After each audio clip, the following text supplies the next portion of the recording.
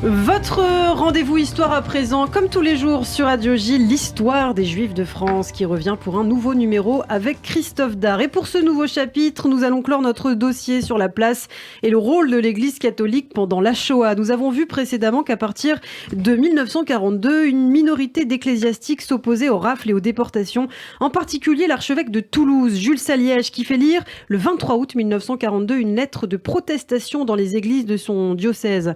À la même période, de vastes opérations de sauvetage se mettent en place entre des réseaux d'entraide catholiques, juifs et protestants sous le contrôle d'évêques qui s'investissent personnellement dans ces actions. Et c'est notamment le cas, Christophe, à Lyon. Eh oui, entre les 26 et 29 août 1942, le prêtre Pierre Chaillet et l'abbé Alexandre Glasberg, malheureusement des hommes méconnus du grand public, d'ailleurs Jules Saliège ne l'est pas davantage, aidés de protestants et de catholiques au sein donc d'un réseau Amitié chrétienne, vont sauver de la déportation 108 enfants juifs étrangers de moins de 15 ans qui sont internés au camp de Villeurbanne, c'est dans la banlieue de Lyon. Pour sauver la vie des enfants, Glasberg, qui parle yiddish, a dû convaincre les parents de laisser leurs enfants qui bénéficient de l'exemption. Le préfet de Lyon, pétainiste, est furieux. Il exige que les enfants soient restitués à la police. Mais les enfants ont déjà été dispersés vers des cachettes organisées à la hâte par le réseau de l'Amitié chrétienne de Lyon et le cardinal Pierre Gerlier, l'archevêque de Lyon, président d'honneur de l'Amitié chrétienne, le supérieur de Pierre Chaillet, refuse de livrer ces 108 enfants juifs du camp de Vénissieux et que les autorités de Vichy avaient l'intention de livrer aux Allemands. Pour un homme qui n'avait jamais caché ses convictions pétainistes, ce soutien aux activités clandestines de Chaillet montre que même l'archevêque de Lyon est en train de changer d'avis. D'ailleurs, lui aussi dénonce dans une lettre lue dans toutes les églises de Lyon la traque des Juifs et exhorte les religieux à ouvrir leur monastère. Sa prise de position est même relayée à l'étranger. Notamment dans un article du 12 septembre 1942 intitulé « La noble altitude des évêques français » dans le journal La Liberté de Fribourg. Une prise de position publique, plus encore que les autres, car Lyon, c'est une ville très importante bien sûr à l'époque, et Gerlier, c'est le primat des Gaules, c'est donc une autorité importante, et bien sûr cela inquiète les autorités du régime de Vichy. Le chef du gouvernement Pierre Laval, qui demande ainsi au chef supérieur des SS et de la police allemande en France, le général Karl Auberg, de ne plus formuler de nouvelles revendications sur la question juive à cause, je cite, de la résistance sans pareille de l'église de Lyon. Après l'invasion de la zone dite libre, le 11 novembre 1942, Pierre Chaillet est arrêté en 1943 par la Gestapo, puis libéré. L'abbé Glasberg, l'un des autres artisans de ce sauvetage, est condamné, lui, à mort par contumace et recherché par la Gestapo. Il prend la fuite vers le diocèse de Montauban.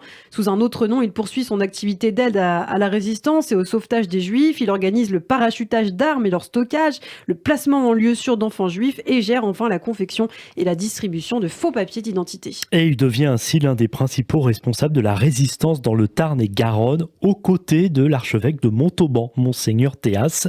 Mais son frère, Villa Glasberg, est arrêté par la Gestapo, déporté en 1944 à Auschwitz. Il n'en reviendra pas. À la libération, Alexandre Glasberg, ça c'est important, va aider les réfugiés rescapés des camps nazis et appuyer la création d'un État pour les Juifs. Il sera d'ailleurs à l'origine du succès de l'épopée de l'Exodus. C'est ce bateau qui transporte 4500 Juifs dans ce qui est encore la Palestine mandataire.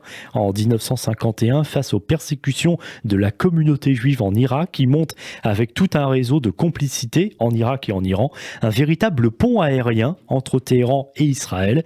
C'est l'opération Ezra et Néhémie, au cours de laquelle environ 140 000 personnes vont rejoindre Tel Aviv par ce biais. Beaucoup plus tard, Alexandre Glasberg sera aussi l'un des fondateurs de la société France Terre d'Asile au début des années 70. Au 1er janvier 2022, le titre de Juste parmi les nations est décerné à plus de 28 000 personnes à travers le monde, dont sur les 4 200 justes français, une quarantaine de prêtres religieux et religieuses. Le premier juste de l'histoire de France est d'ailleurs un prêtre. Eh oui, exactement. Jean Fleury, qui n'est pas très connu, même pas du tout, et qui avait tenté de faire sortir des adultes et des enfants juifs dans un camp de Limoges en 1941. Alors bien sûr, parmi ces justes, parmi les nations, on retrouve toutes celles et ceux que l'on a listés que l'on a rencontrés dans notre dossier. Edmond Michelet, les prêtres Pierre Chaillet et Alexandre Glasberg à Lyon, mais aussi le père Benoît à Marseille ou à Nice, et qui est d'ailleurs un des premiers Français en 1966 à être décoré du titre de juste parmi les nations.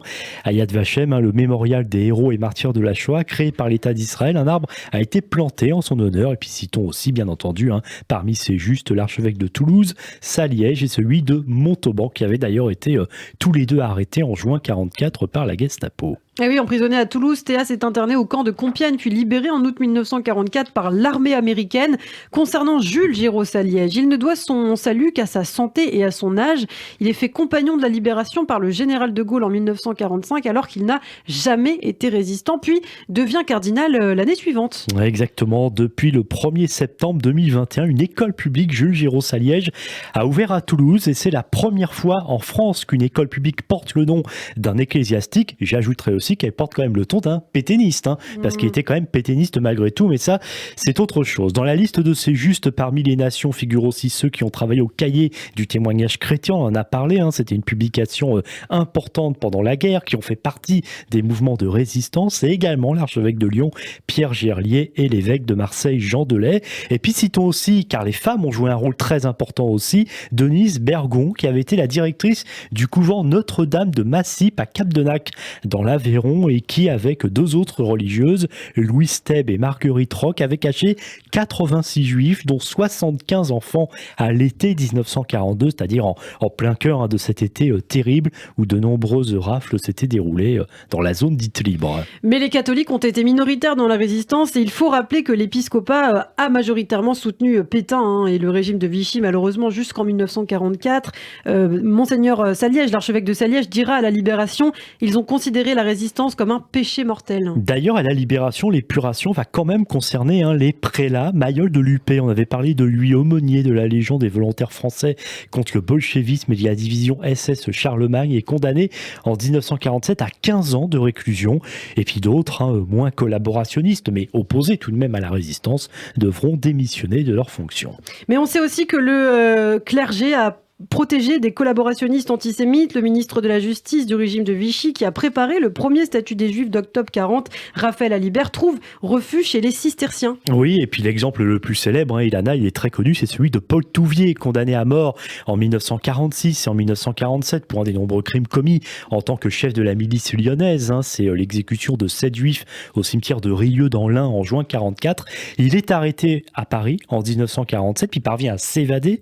Il trouve refuge dans des églises, la liste est assez impressionnante. Il se marie d'ailleurs clandestinement dans l'une d'elles, et c'est grâce d'ailleurs à la hiérarchie ecclésiastique lyonnaise que Touvier va être gracié par le président Pompidou en 1971, en cavale dans différentes églises aux quatre coins de la France. C'est d'ailleurs dans une chapelle, la chapelle de la Visitation Sainte-Claire à Nice, qu'il est finalement arrêté, on pourrait dire enfin, en 1989.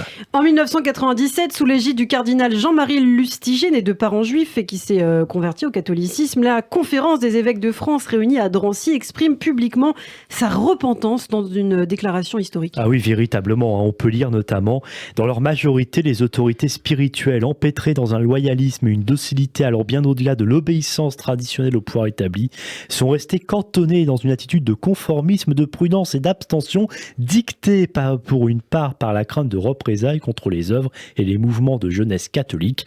La déclaration souligne ensuite que des religieux, des prêtres, des laïcs ont sauvé l'honneur de l'Église, souvent de manière discrète et anonyme, dans le sauvetage des Juifs. Merci beaucoup Christophe pour cet épisode en 3 parties consacré à la place et au rôle des catholiques face à la Shoah et en particulier des autorités ecclésiastiques. 3 épisodes que vous pouvez bien sûr retrouver sur notre site internet radioj.fr et sur notre chaîne YouTube. À bientôt.